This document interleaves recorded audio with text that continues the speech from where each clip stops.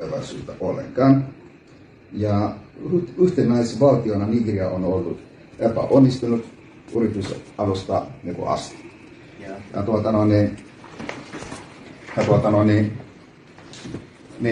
Siellä on korruptio politiikassa ja rikollisuus koko maassa ovat vuosikymmeniä saatossa vain pahentuneet. Biafra kanssa haluaa sanottua tällaisesta irti ja perustettavaksi vapaan demokraattisen valtion.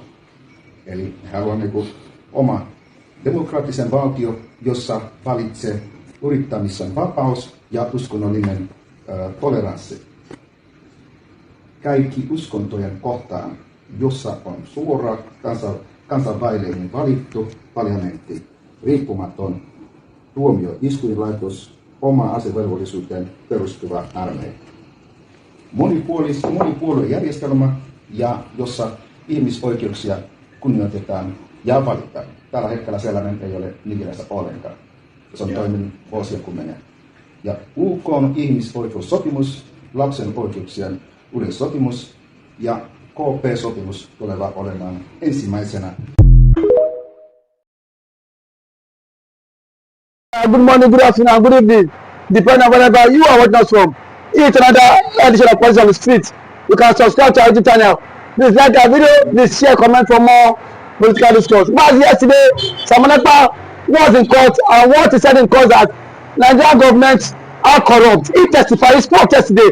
He said he exposed Nigerian government in the Finnish court. He said the Nigerian government are corrupt and they acquire his people and does not respect the fundamental human right of his people, and that is why he is fighting for the freedom and the liberation of his Biafra. Mazi, how can you that be, sir? Okay, let me tell you, this is not the first time, I'm saying this on camera. Mazi nnamdikanu and Samanekpa have never been, embarked on agitation for separation of Biafra just for selfish interest or for political popularity. No. They embark on this venture simply because the people of the southeastern Nigeria are overexploited over the years and marginalized, excluded from Nigerian political leadership, which ensued since 1970. 1970 till now is 55 years. No Igbo man has been able to get upper hand to see himself at that exalted position of office of where the presidency. Office of the presidency is the most, let me say, exalted office, political office in Nigeria.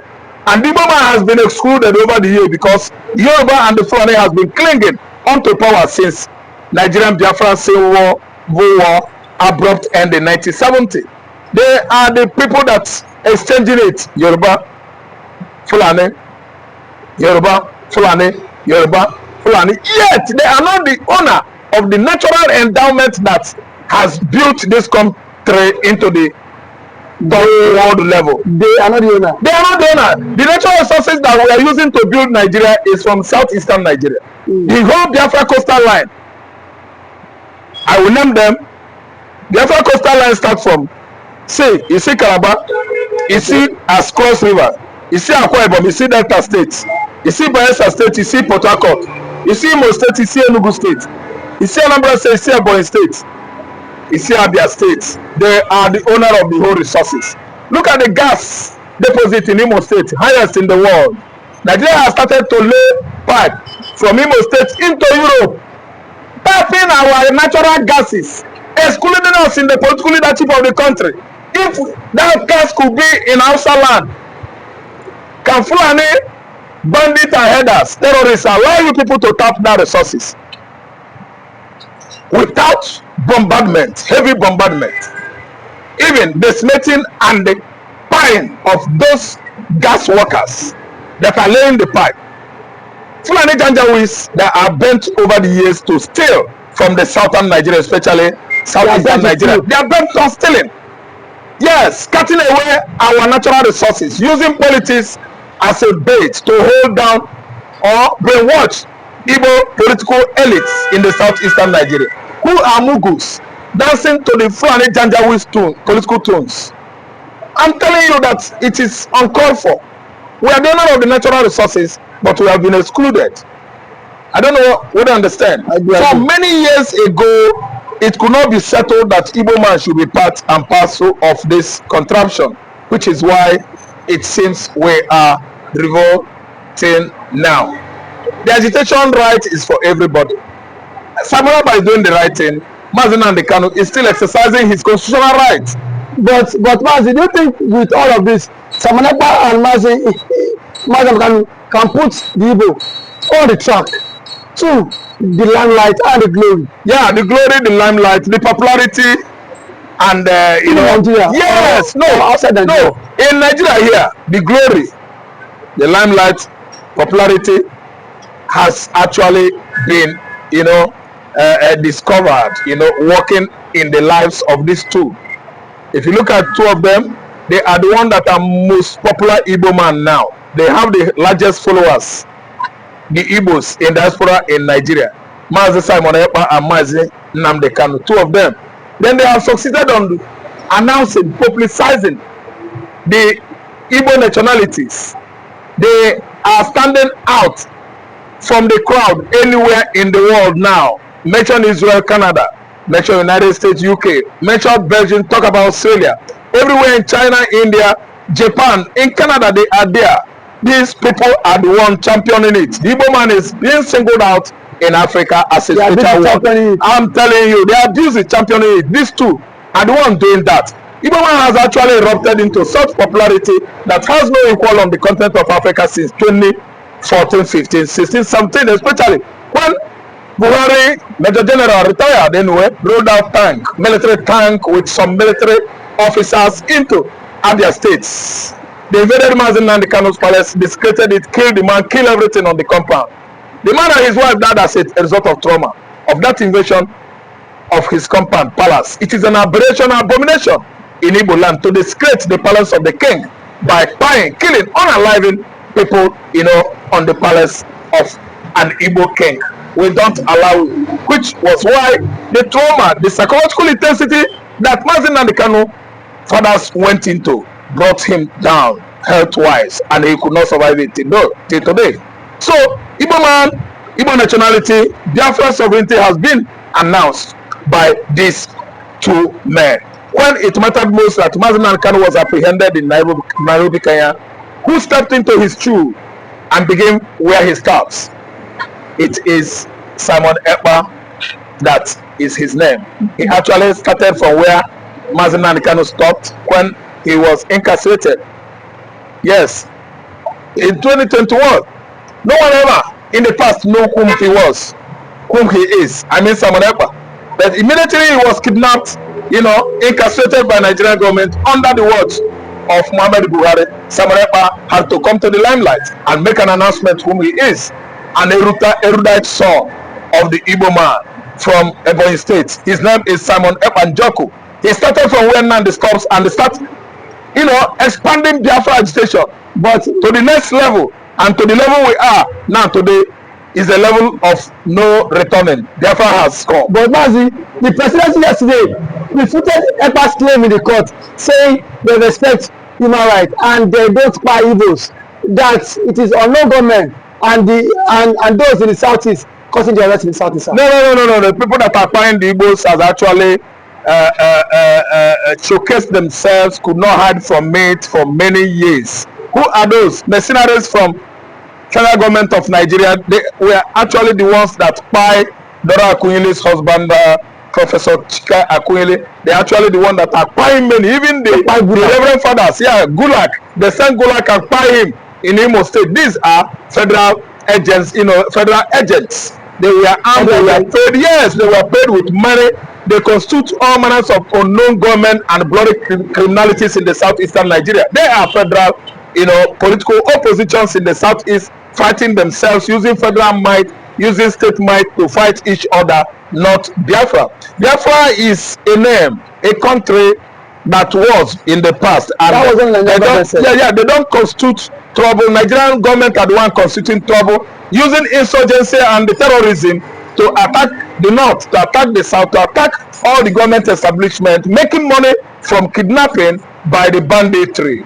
Kidnapping from banditry, yes. Nigerian government is making money from it.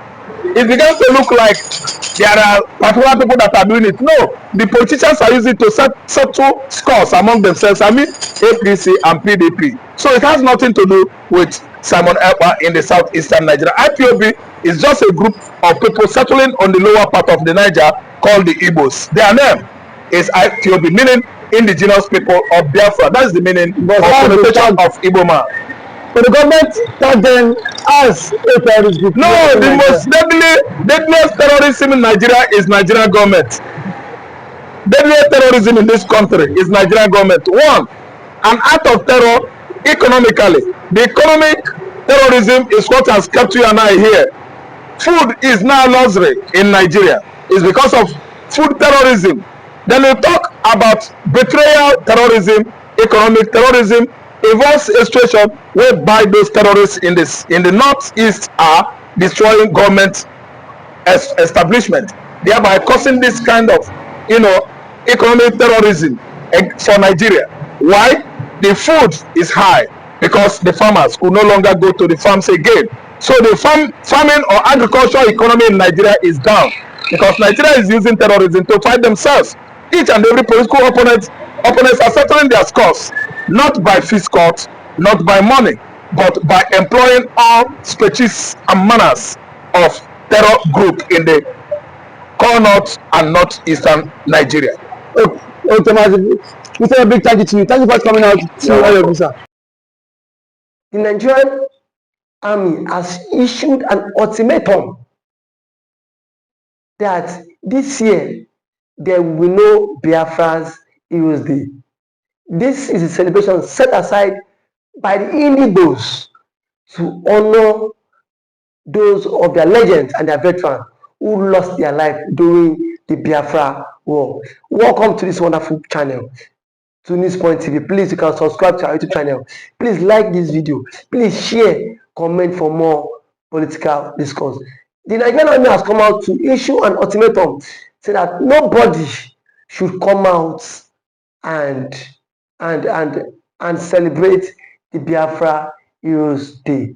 And the Southern governors too have told same parts, saying that nobody should come out and celebrate the Biafra Heroes Day. But now, the question and the subject matter of the day is that what has the Biafra, the remembrance of this day got to do with the how is it going to bring anarchy in the land?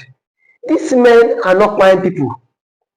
Last year, this celebration was old. Nobody lost their life. It is just a day to remember those who have lost their life during the Biafra civil war. I think what the government needs to do at this point in time is that those who are orchestrating the evil in Nigerian state should be dealt with.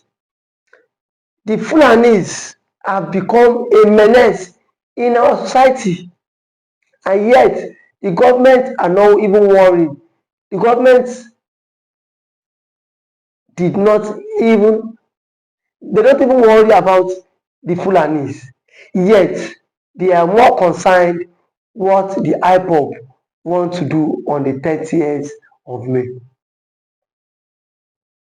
For me, it is misplaced priorities, because you have in a state where a particular ethnic group has become lord over billions of Nigerians, over millions of Nigerians, and yet nobody is saying anything towards that. Nobody is calling the Fulanis, calling them to order. Nobody is telling them that the Fulanis are treading in the wrong direction. But yet they are using everything possible to oppress the evil man, to oppress their struggle, to oppress everything that belongs to them. The question is, how long can we continue in this contraption called Nigeria? Yes, how long can we continue in this contraption called Nigeria? the IPOB on their own, I say that day, nothing will stop that day. And they mean their words that nothing will stop the Biafra celebration day in the East. I'm not even against what the army have said, but I'm against the Southeastern governors who don't promote their own, who at every point in time antagonize their own thing. Antagonize their own thing. Are you telling me that in the north, some governors don't know who is sponsoring this Fulani bandits? Majority of them know that Fulani is being sponsored by some certain group of people, and yet these people keep mute. But it is only in the southeast that the southern governors would always come out to sell their own. The southeastern governors sold nnamdikanu. The southeastern eastern governors sold Simon Ekpa. They keep selling anyone who is driving the Biafra ideology. They keep coming out to go against anyone pushing that narrative, anyone pushing that ideology.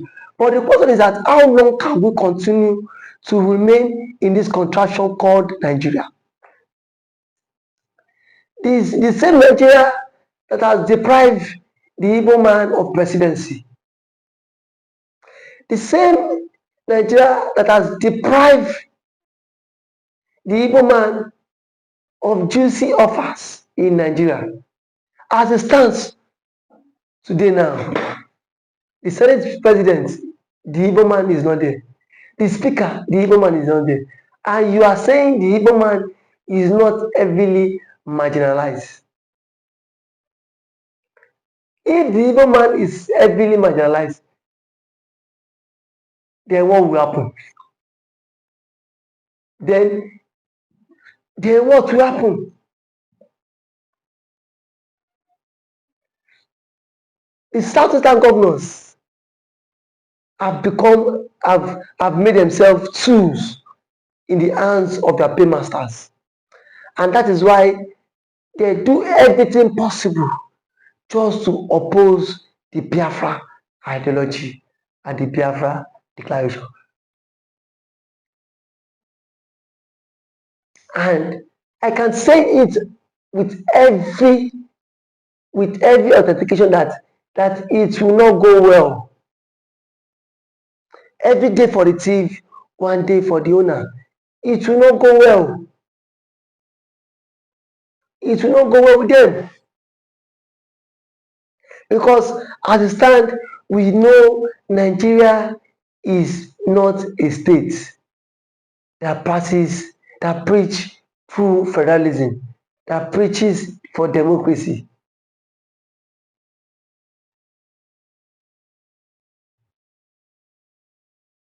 Now, the armies have vowed to take over the southeast on the 30th of this month.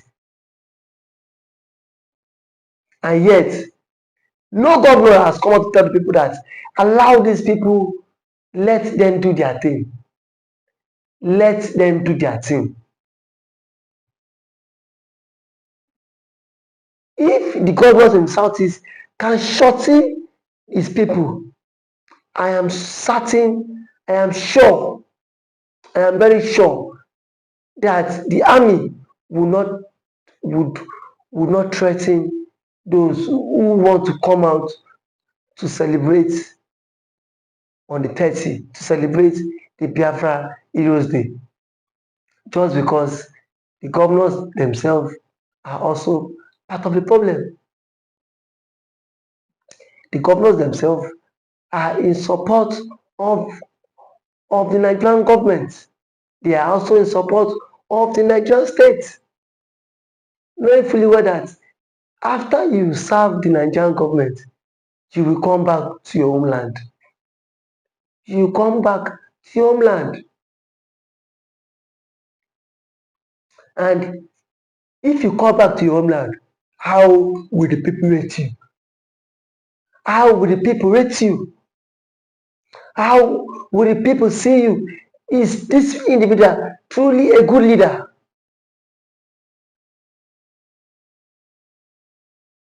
Will they see you as people who is actually fighting for freedom? Will they see you as someone who is also fighting for for the freedom of the Biafra? Will they see you as the enemy of the struggle?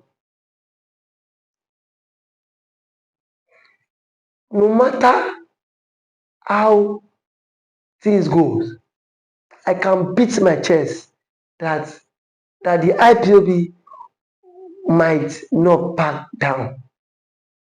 They will not back down because that day has been set aside to honor those who were quiet, those who lost their life in doing the Biafra struggle.